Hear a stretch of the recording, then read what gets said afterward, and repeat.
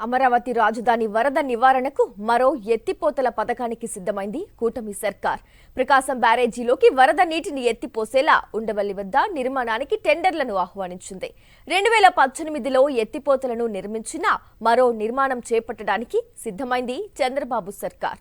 రాజధాని అమరావతిని కొండవీటి వాగు వరద ముప్పు నుంచి తప్పించేందుకు కూటమి సర్కార్ మరో స్కెచ్ వేసింది. ఉండవల్లి వద్ద మరో ఎత్తిపోతల నిర్మాణ పనులకు ఏడీసీఎల్ టెండర్ నోటిఫికేషన్ జారీ చేసింది.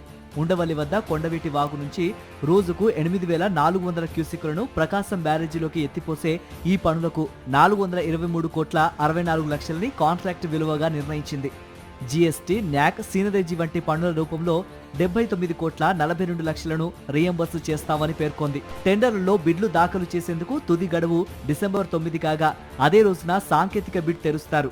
డిసెంబర్ 10న ఆర్థిక బిడ్ తెరిచి తక్కువ ధరకు కోట్ చేసిన కాంట్రాక్టర్కు డిసెంబర్ 19లోగా పనులు అప్పగించేలా ఏడీసీఎల్ షెడ్యూల్ ప్రకటించింది. ఈ పనులను 2 ఏళ్లలోగా పూర్తి చేసి 15 ఏళ్లు నిర్వహించాలని షరతు విధించింది. కరకట్ట రోడ్డును అనుసంధానిస్తూ కొండవీటి వాగు, గుంటూరు ఛానల్పై షిప్ లాక్, రెగ్యులేటర్తో కూడిన 2 వరుసల బ్రిడ్జి నిర్మాణ పనులకు 55,85,00,000 కాంట్రాక్ట్ విలువతో ఏడీసీఎల్ టెండర్ నోటిఫికేషన్ జారీ చేసింది. మరో 10,66,00,000ను పన్నుల రూపంలో రీయింబర్స్ చేస్తామని పేర్కొంది. ఈ పనులను 2 ఏళ్లలోగా పూర్తి, మరో 2 ఏళ్ల పాటు నిర్వహించాలని తెలిపింది. పేరేచెర్ల వద్ద పురుడు పోసుకునే కొండవీటి వాగు అచ్చంపేట, తాడికొండ, అమరావతి, మంగళగిరి మండలాల మీదుగా ప్రవహించి ప్రకాశం బ్యారేజీ ఎగువన ఉండవల్లి వద్ద కృష్ణానదిలో కలుస్తోంది. రాజధాని ప్రాంతంలో 23.85 కిలోమీటర్ల పొడవున ప్రవహిస్తోంది.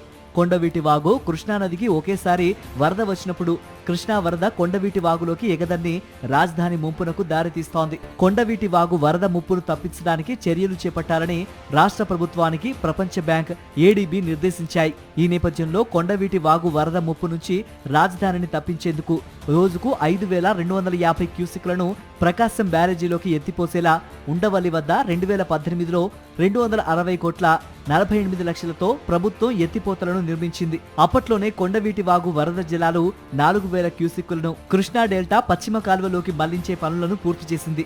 ఇప్పుడు మళ్లీ 8,400 క్యూసెక్కులను ప్రకాశం బ్యారేజీలోకి ఎత్తిపోసేలా మరో ఎత్తిపోతల్ని నిర్మించడానికి కూటమి సర్కార్ సిద్ధమైంది.